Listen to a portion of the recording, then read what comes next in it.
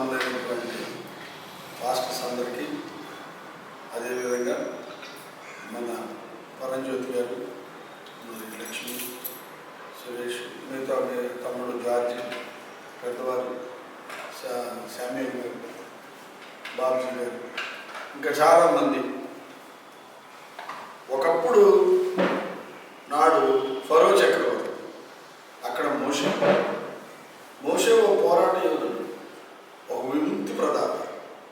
ఎన్నో సంవత్సరాలుగా ఇజ్రాయేలు ప్రజలు కష్టాలు అనిపిస్తుంటే వాళ్ళందరినీ ఫరో చక్రవర్తి యొక్క నిరంకుశ విధానాల నుంచి, బానిసత్వంలో నుంచి బయటపడేసి వాళ్ళకి విముక్తి కలిగించి, యెహోవాను వారికి దగ్గర చేసి, వాళ్ళకు ఒక నమ్మకం కలిగించి, ఒక 10 ఆజ్ఞలైనటువంటిది ఇచ్చి అంత పోరాటం చేసినటువంటి వాడు మోషే.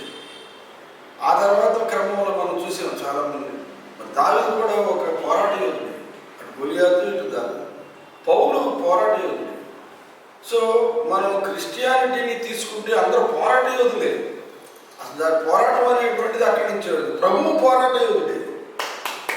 ఎందుకని ఆనాడు ఉన్నటువంటి సమాజంలో ఉన్నటువంటి కుల వివక్ష కానివ్వండి, పరిచయం చేసేటువంటి వాళ్ళు చేసేటువంటి అభిరుచులు కానివ్వండి, చర్చిని వ్యాపార కేంద్రంగా మార్చినటువంటి క్రమంలో ఇది కాదు, ఇది తప్పు, మనం యెహోవా దేవుణ్ణి ఎలా ప్రార్థించాలి, ఒక మార్గం, ఒక సత్యం, ఒక జీవం, ఇది పద్ధతి అనే ఒక విధానాన్ని ఆయన విప్లవాత్మకంగా తీసుకొచ్చి, ఇది రాజ్యం అనేటప్పటికీ అక్కడ ఉన్నటువంటి కైసరీయులందరూ మా రాజ్యం పొందామనుకున్నారు. ఆయన రాజ్యం అది కాదు, దేవుని రాజ్యం అని చెప్తున్నాడు. ఆయన వినలేదు జనాలు. అందుకనే ఆయన చంపేశారు. నా రాజ్యాన్ని గురించి అన్నాడు, ఇది నాకు కాదు, అసలు నువ్వు నన్ను శిక్షించాలంటే నీకు అక్కడ నన్ను పంపించిన తండ్రి నీకు అధికారం లేకపోతే నువ్వేం చేయలేవని అంటే మనకి బైబిల్ గ్రంథం కేవలం ఒక నమ్మకాన్ని, ఒక విశ్వాసాన్ని, ఏదో ఒక గుడిని మాత్రమే కాదు, ఒక మార్పుకి పునాది, చైతన్యానికి పునాది, మనలో ఒక మంచి మనసుని మార్చడానికి, మంచి మనుషులుగా మార్చడానికి, మనసు సున్నా ఉన్న వాళ్ళని కూడా మనసు ఉన్నవాడిగా మార్చేటువంటి ఒక గొప్ప గ్రంథం బైబిల్. అది ఒక మార్గం. మనందరం విశ్వాసులు. సార్ చెప్పినట్టు మనకి ఎన్నో కులాలు ఎన్నో ఉన్నాయి. కులాలని ఇట్లన్నింటినీ పక్కన పెట్టి ప్రభువు నామమున మనం ఐక్యమై, ప్రభువు నామమున మనం విశ్వాసంతో ఐక్యమై జరుగుతున్నటువంటి అన్యాయాల మీద గళమెత్తలేకపోతే నిజమైనటువంటి దైవ సేవకులుగా లేకపోతే దైవ ప్రతినిధులుగా మనం ఇక్కడ ఉండటం అనేటువంటిది అంత శోచనీయం కాదు. నిజమైనటువంటి దైవ సేవకులుగా, ఎందుకనంటే నేను చెప్తే వినరు. మాస్టర్, నేను యూనివర్సిటీలో ప్రొఫెసర్, ఆంధ్ర యూనివర్సిటీ, నేను చెప్తే వినరు. కానీ జార్జి గారు చెప్తే వింటారు. ఆయన దగ్గర చర్చిలో 100 మంది కుటుంబాలు ఉంటాయి. ఆ కుటుంబాలకి నేను వెళ్ళి ఇది ఇట్లా అని చెప్తే నా ప్రసంగం చెప్పినంతకాలం తప్పట్టు కొడతారు, అంతా అయిపోద్ది, అక్కడితో క్లోజ్. కానీ జార్జి గారు చెప్పేది కంటిన్యూ. సో నా దగ్గరికి స్టూడెంట్సే వస్తారు, లాయర్ దగ్గరికి క్లయింట్లు వస్తారు, డాక్టర్ దగ్గరికి రోగులు వస్తారు, మీ దగ్గరికి అందరూ వస్తారు. అటు రోగి వస్తాడు, ఇటు విద్యార్థి వస్తాడు, లాయర్ వస్తాడు, ఇంజనీర్ వస్తాడు, డాక్టర్ వస్తాడు, సైంటిస్ట్ వస్తాడు. Everybody welcome. ఒక గొప్ప మంత్రి పాస్టర్ గారికి, సాధువు గారి దగ్గరికి వచ్చి ప్రార్థన చేయించుకుని వెళ్తాడు. అదొక విశ్వాసం. అంటే you are selected and elected people by the grace of God.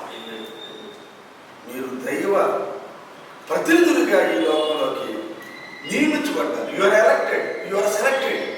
But I am not selected as a God's prophecy to propagate God's prophecy. Simply I am talking, but your voice is prevails over and above మీ.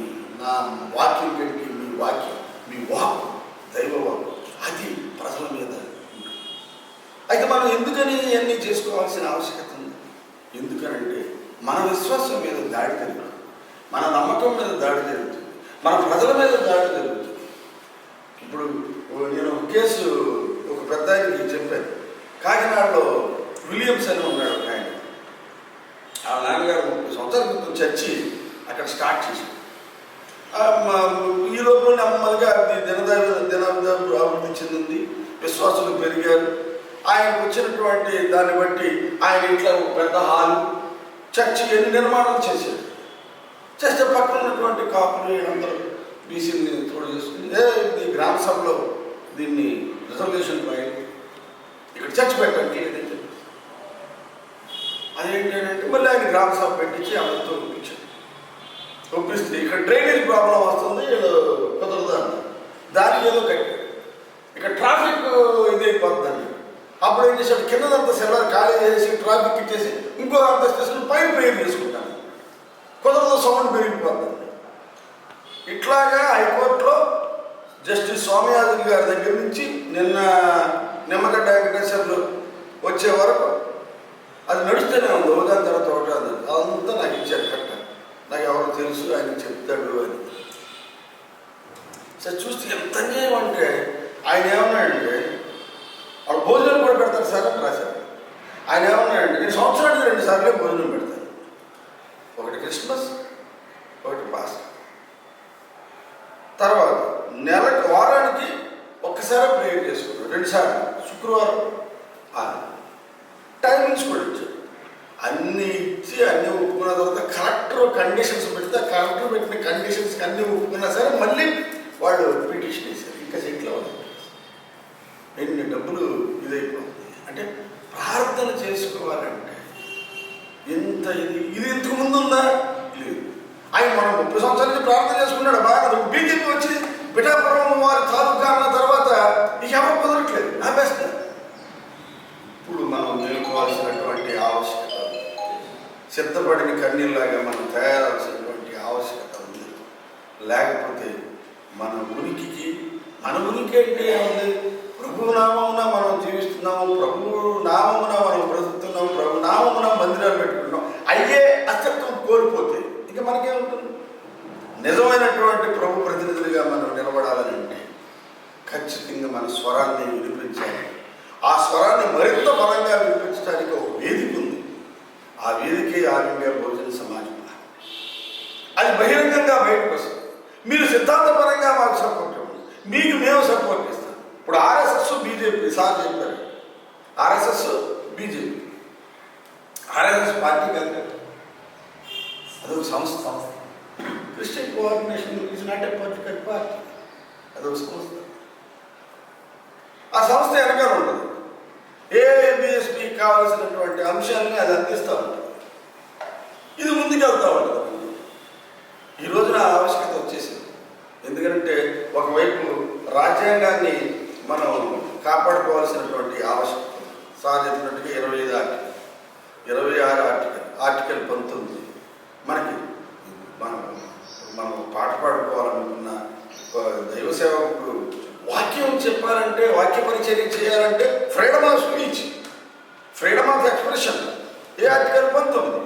అది లేకపోతే మనం వాక్యం చెప్పనిస్తారా? చెప్పదు. నువ్వు ఎవడోయా వాక్యం చెప్తావంటే ఇదిగో రాజ్యాంగం నాకు article 19, I can embrace any religion, I can propagate, I can profess. Article 25 ఇవి ఉన్నాయి. అందుకే నాకు హక్కు ఉందండి. 125 సంవత్సరాల చరిత్ర కలిగి దాదాపుగా 2 దశాబ్దాల పాటుగా పరిపాలన చేసినటువంటి ఒక కాంగ్రెస్ పార్టీకి చెందినటువంటి వారసుడు దిక్కు లేక ఈ రోజున రాజ్యాంగాన్ని పట్టుకు తిరుగుతున్నాడు, కాశ్మీర్ నుంచి కన్యాకుమారి వరకు. ఎందుకని అది చూపిస్తే ఆగుతుంది. నేను ఏలూరులో పోయిన సంవత్సరం నవంబర్ 26, జనవరి 26, 2 రోజులు ఒక 50 మంది పాస్టర్స్ని పిలిచి నేను పుస్తకాలు తెప్పించి, భారత రాజ్యాంగ పుస్తకాలు వాళ్ళందరికీ మంచిగా దైవ సేవకులకి భోజనం అవి పెట్టుకుని మీటింగ్ పెట్టుకుని మేము అందరికీ పుస్తకాలు ఇచ్చి చర్చిల్లో పెట్టించి, అంటే చర్చిలో ఉంచండి భారత రాజ్యాంగాన్ని కూడా. ఎవరైనా దాటికి వచ్చారనుకోండి పోలీసు వాడు, ఇదిగో భారత రాజ్యాంగం, దీంట్లో ఆర్టికల్స్ చూడండి అని. సో రాజ్యాంగ రక్షణని మనం కాపాడుకోలేకపోతే మన ఉనికే ఇది. సో ఈ రోజున all India Bahujan Samaj party వచ్చింది, అది నిలబడుతుంది. మనం ప్రభు నామమున, ప్రభు విశ్వాస నామమున మనం ఐక్యం కావాల్సినటువంటి ఆవశ్యకత ఉంది. మిగతా ఈ ప్రాంతము, కులాలు, ఉపకులాలు ఇవన్నీ తీసేసి విశ్వాసం అందరూ కనుక నిలబడగలిగింది ఖచ్చితంగా మనం ఇప్పుడు మనకి అసెంబ్లీలో ఒక ఎమ్మెల్యే ఉన్నాడు, క్రిస్టియన్ ఎమ్మెల్యే లేడు. ఇక ముస్లిమ్స్ బెటర్, వాడు ఎమ్మెల్యే పెట్టుకుని ఒక 6 ఎమ్మెల్యేలు ఇదే అవుతారు, ఏది ఎలక్ట్ అవుతారు. వాడు వాడికి గట్టిగా చూపిస్తాడు. ఒక్కడే అల్లాసుద్దీన్ ఓవైసీ దేశం అంతా తిరిగేస్తాడు, దేశం అంతా తిరిగేస్తాడు, దేశం అంతా తిరిగేస్తాడు. బీహార్ వెళ్తున్నాడు, ఉత్తరప్రదేశ్ వెళ్తున్నాడు, తమిళనాడు వెళ్తున్నాడు, అన్ని చోట్లకి వెళ్తాడు. ఒక్క ఎంపీ, మనం ఒక ఎంపీ ఉన్నాడు విశాఖపట్నంలో, 110 వార్డు మెంబర్లు ఉన్నారు. మనందరం కూర్చుని మాట్లాడుకుని ఒక దైవజనుడిని కానీ లేదా ఒక క్రిస్టియన్ ఒక ప్రతినిధిని ఈ 110 వార్డుల్లో ఎక్కడ క్రిస్టియన్స్ ఉన్నటువంటి వార్డు ఎక్కువగా ఉందో చూసుకుని షెడ్యూల్ కాస్ట్ ప్లస్ మనం అందరం షెడ్యూల్ కాస్ట్ అందరూ ఆల్మోస్ట్ చేసి అందరం కలిసి రాబోయే కార్పొరేట్ ఎలక్షన్లో ఒక్క దైవజనున్నా ఎవరినో ఒక క్రిస్టియన్ కూర్చోబెట్టండి, అది ఏ కులమైనా పర్వాలేదు. 110 నియోజకవర్గాలు, 110లో ఒక్కరిని గెలిపించుకుంటాం. మనకి 110లో నియోజకవర్గాల్లో ఉన్నటువంటి అందరూ క్రిస్టియన్స్ ఆ నియోజకవర్గంలో పనిచేయాలి ఇంటింటికి.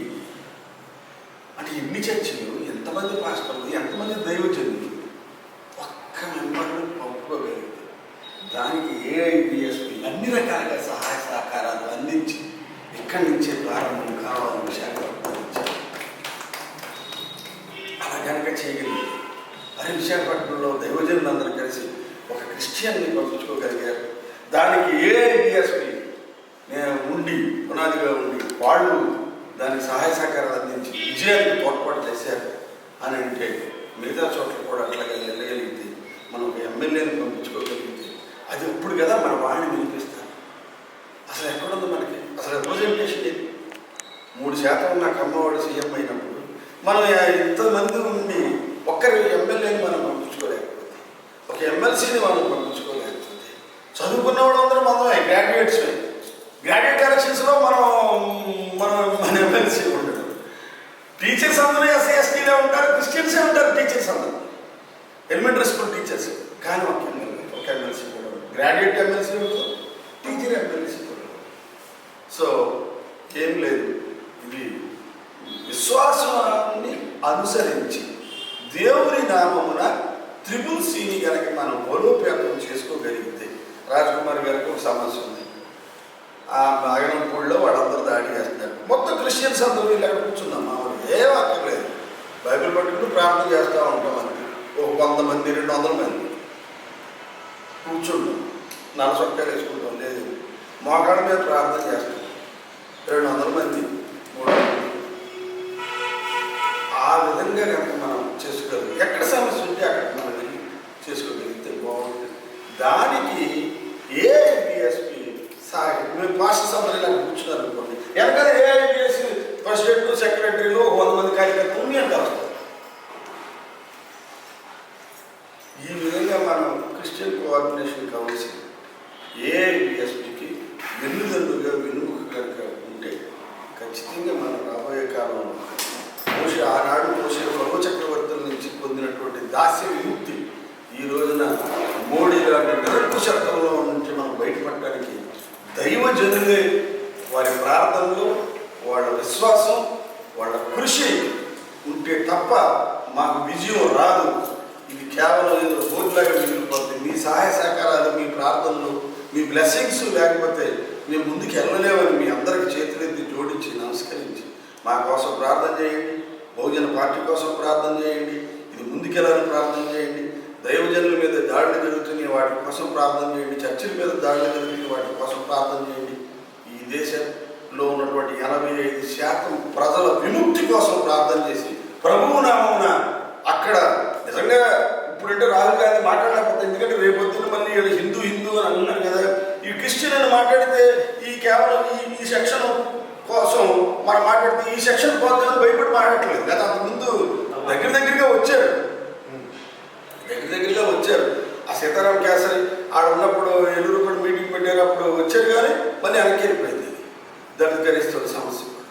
సో ఖచ్చితంగా రాబోయే కాలంలో ఇవాళ కాకపోయినా రేపైనా ఎన్ని సంవత్సరాలు మోషే కష్టపడ్డాడు, ఎన్ని సంవత్సరాలు ఇజ్రాయేల్ ప్రజలు దాస్యం కోసం పోరాడారు. మనం కూడా ఆ పోరాటాలను స్ఫూర్తిగా తీసుకుని రాబోయే కాలంలో మీ ప్రార్థనలు, మీ blessings all India Bahujan Samaj party కనుక ఉంటే ఖచ్చితంగా మేము ఒక 4 ఎమ్మెల్యేలు 10 మంది ఎమ్మెల్యేలతో లోపలికి వెళ్ళడానికి అవకాశం ఉంటుంది. మన గళం విప్పుతాం, మన రాజ్యాన్ని స్థాపించుకుందాం, బహుజన రాజ్యాన్ని, అంబేద్కర్ ఆశించినటువంటిగా బహుజనులు పరిపాలించే రాజ్యాన్ని, ఎస్సీ ఎస్టీ బీసీ మైనారిటీస్లో ఉండేటువంటి రాజ్యాన్ని స్థాపించుకొని మత స్వేచ్ఛతో యెహోవా ప్రభువుని, యేసు ప్రభువుని ఘనంగా వీధుల్లో కీర్తించే స్వేచ్ఛను పొందుదామని ఆశిస్తూ మీ అందరికీ హల్లెలూయా. ఆమేన్.